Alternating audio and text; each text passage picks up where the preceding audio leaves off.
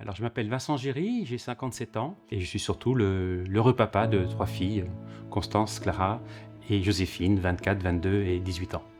Donc ça a commencé en 2012 avec la maladie donc, de Marie. Marie est la fille de mon meilleur ami. Et donc ça a commencé par une douleur à la cuisse. Et l'histoire s'est finie tragiquement le 17 septembre 2014. On a créé l'association 2 ans plus tard, Marie Notre Étoile, qui est rattachée à Imagine for Margot. Et donc depuis 2016, on est engagé avec toute l'équipe donc, de Marie Notre Étoile dans le mouvement Imagine for Margot.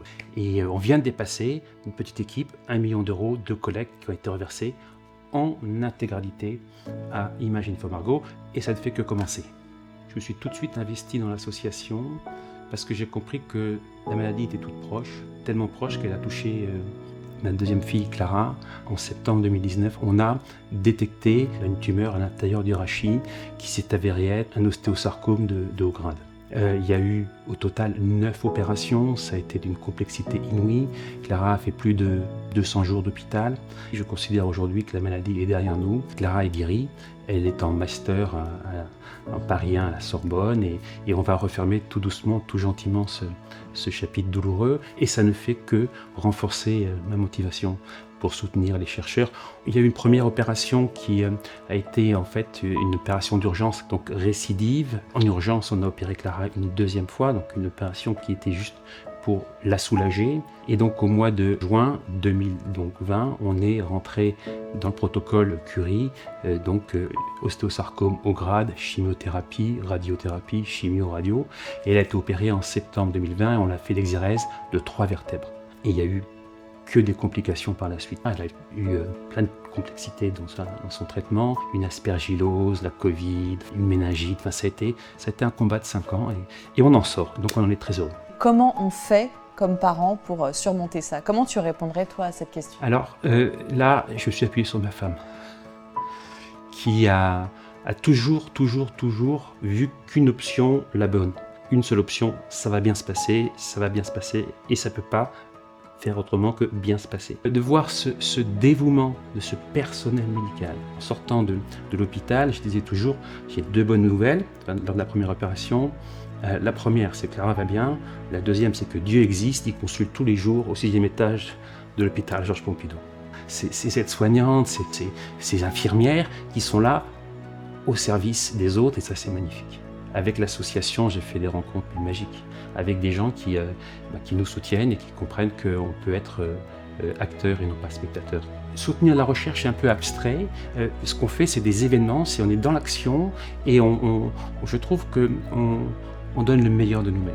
On est un projet collectif et ça, c'est juste incroyable. Elle s'est accrochée, on va dire, aux études. Et ça a été pour elle, je pense, vraiment une façon de s'accrocher à la vie et de montrer qu'elle était plus forte que la maladie. Au mois de février, les médecins étaient très contents, quoi. Ils étaient vraiment très heureux parce que avec Clara, c'est pas moi qui le dis, c'est Bifadel. Avec toi, Clara, on repousse la connaissance de la médecine. Le parcours qu'elle a eu est un parcours absolument inouï. Ils n'ont juste jamais vu ça. Il leur a fallu 4 mois pour sortir un non-diagnostic. Ils sortent un diagnostic, on ne sait pas ce que c'est. On pense que c'est un ostéoblastome sans pouvoir écarter que ce soit un ostéosarcome. Et ça recommence en janvier. Alors, oui, on s'est trompé. C'est pas un ostéoblastome, c'est un ostéosarcome, mais ce n'est pas un ostéosarcome de haut grade au sens de... Ça, c'est en janvier. Donc récidive au mois de mai, là tout le monde s'affole, on n'a jamais vu ça, et on nous dit, ah non, mais on s'est encore trompé, ce n'est pas un ostéosarcome de bas grade, c'est un ostéosarcome de haut grade. Donc on a fait une opération, on va dire, en 2023, qui n'avait pas du tout fait l'unanimité, et donc à chaque fois, on avance un peu dans le terrain incognita, et Clara... Non, Clara est juste incroyable. Incroyable. Jamais. Voilà, elle fait rien transparaître pour me protéger, moi en particulier. Voilà. Pas faire peur à papa.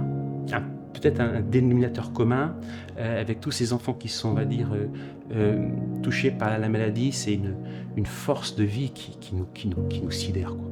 Go, fight, win. Oui, c'est un beau slogan. Qu'est-ce que ça vous inspire? C'est mon quotidien, c'est ça, c'est de dire on sera plus fort que la maladie. Et je suis convaincu que c'est notre génération qui fera en sorte que, oui, il y aura demain un monde sans cancer pour les enfants. Go, fight, win.